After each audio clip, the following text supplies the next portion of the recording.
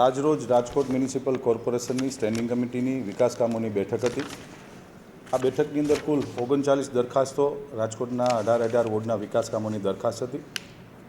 આ 39 દરખાસ્તમાંથી દરખાસ્ત નંબર 3 જે ગઈ સ્ટેન્ડિંગમાં પેન્ડિંગ રાખવામાં આવી હતી, સર્વેશ્વર ચોકમાં જે વોકડો નવો આધુનિક વોકડો બનાવી છે, એમાં ખર્ચ વધારાની જે દરખાસ્ત હતી 1 કરોડ 80 લાખ રૂપિયા એજન્સીએ વધુ માંગ્યા હતા। એ દરખાસ્તને નામંજૂર કરી અને શોર્ટ ટર્મ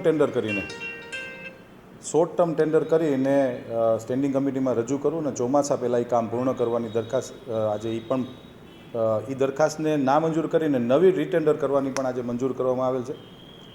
કુલ મિલાવીને વાત કરું તો 55 કરોડ 64 લાખ 79 હજાર જેવી માતબર રકમના વિકાસ કામોના ખર્ચે વિકાસ કામો માટે આજરોજ રાજકોટ મહાનગરપાલિકાની ભારતીય જનતા પાર્ટીના શાસકોની સ્ટેન્ડિંગ કમિટી હતી ને, જેમાં 55 કરોડ જેવા અંદાજિત ખર્ચના કામો મંજૂર કરવામાં આવ્યા છે। રાજ્ય સરકારના એક પરિપત્ર મુજબ કોઈપણ ગુજરાતના મહાનગરપાલિકાના પદાધિકારીશ્રીઓ જ્યારે વિદેશ જતા હોય છે ત્યારે સ્ટેન્ડિંગ કમિટી અથવા જનરલ બોર્ડ બેમાંથી એકમાં એ પદાધિકારીની દરખાસ્તને મંજૂર કરી અને રાજ્ય સરકારમાં મંજૂરીની અર્થે રાજ્ય સરકારમાં દરખાસ્ત મોકલવાની હોય છે।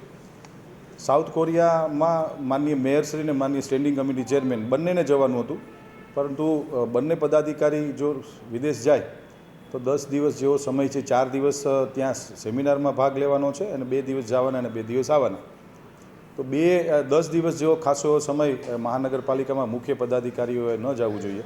માનનીય પ્રમુખશ્રી રાજકોટ મહાનગર ભારતીય જનતા પાર્ટીની સૂચના આવી છે કે માનનીય મેયરશ્રી જશે, સ્ટેન્ડિંગ કમિટી ચેરમેન અહીંયા રહેશે કામો માટે, કારણ કે લોકોના કામો માટે સતત પ્રવાહ અહીંયા આવતો હોય છે। એ અનુસંધાને માનનીય મેયરશ્રી સાઉથ કોરિયા જઈ રહ્યા છે અને આ દરખાસ્તને રાજ્ય સરકારમાં મંજૂરી અર્થે અમે મોકલશું। સરકાર મંજૂરી આપે ત્યારબાદ માનનીય મેયરશ્રીનો પ્રવાસ થશે। હા, એટલે એમાં એ દરખાસ્ત આવી હતી અને લીગલ ઇન્ટેન્ટ માટે માસિક 1 લાખ રૂપિયાના પગારથી 3 લીગલના કર્મચારીઓની જે પાર્ટ ટાઈમ ભરતી કરવાની હતી, એમાં વધુ અભ્યાસ અર્થે પેન્ડિંગ રાખવી છે। દાખલા તરીકે અમદાવાદ, સુરત, વડોદરા મહાનગરપાલિકામાં આ કઈ પ્રકારે કામગીરી, કેટલો પગાર ચૂકવવામાં આવે, એ પેટર્નને ધ્યાનમાં રાખીને આવનારી સ્ટેન્ડિંગમાં પણ એ મંજૂર અથવા ના મંજૂર કરવામાં આવશે।